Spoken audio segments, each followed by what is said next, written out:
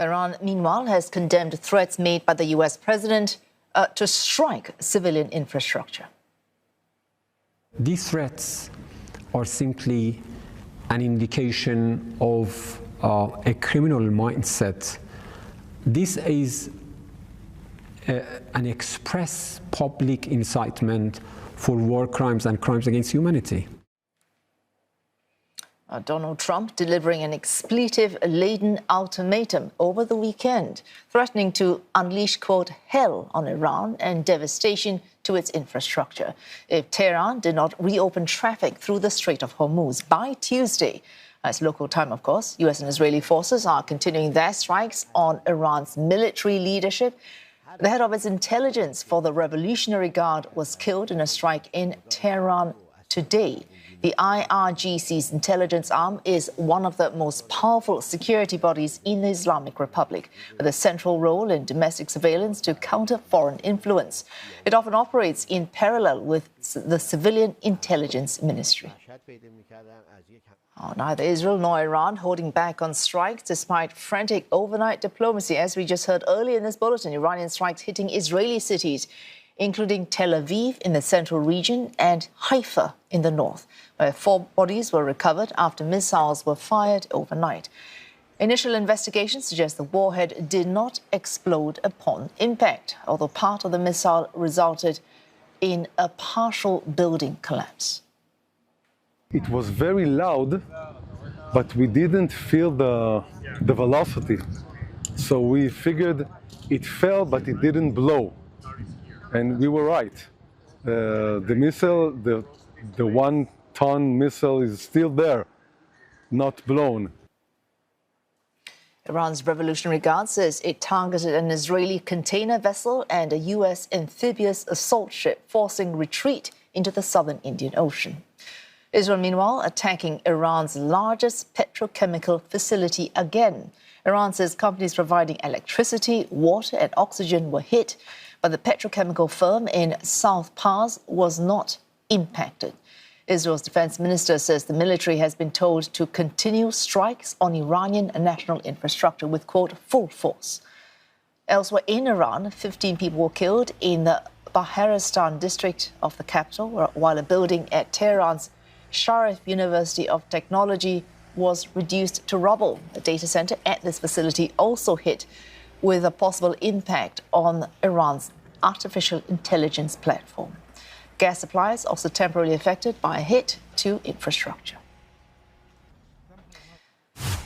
Kate Fisher, who is covering developments for CNA, joins us live from Washington, D.C. Kate, let's get back to diplomatic efforts away from the battlefront.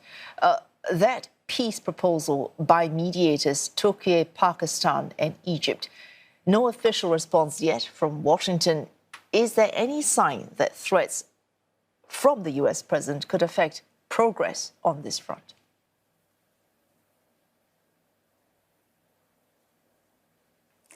Well, we have heard from reports that the Iranians have said that they will not accept this reopening of the Strait of Hormuz in return for a temporary ceasefire. So it doesn't look as though the escalating rhetoric from Donald Trump is bringing them closer to the negotiating table. We understand, though, that J.D. Vance, the vice president, and Steve Witkoff, Donald Trump's special envoy, have been in talks remotely over the phone throughout the night with the Iranian foreign minister to try to thrash out some kind of deal. This proposed 45-day ceasefire, a 2-tier proposal with, an immediate ceasefire followed by a longer time to try to negotiate a more permanent deal.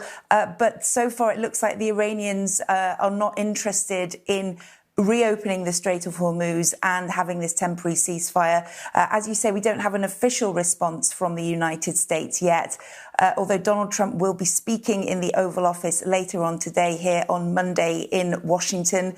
But it certainly, it seems as though the Iranians are holding fast and that this escalated rhetoric from Donald Trump is seeming to make them dig their heels in further. Okay. prime-time delivery by the US president last week, 19 minutes of that, a big effect on oil prices as well as markets. As you mentioned, he's holding a news conference several hours from now. What is he likely to talk about this time?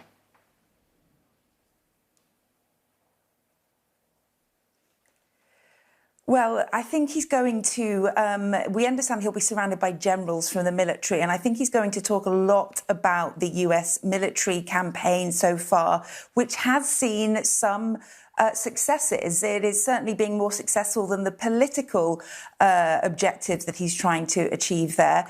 He will probably recap over the successful rescue mission of the US pilot that was downed over Iran.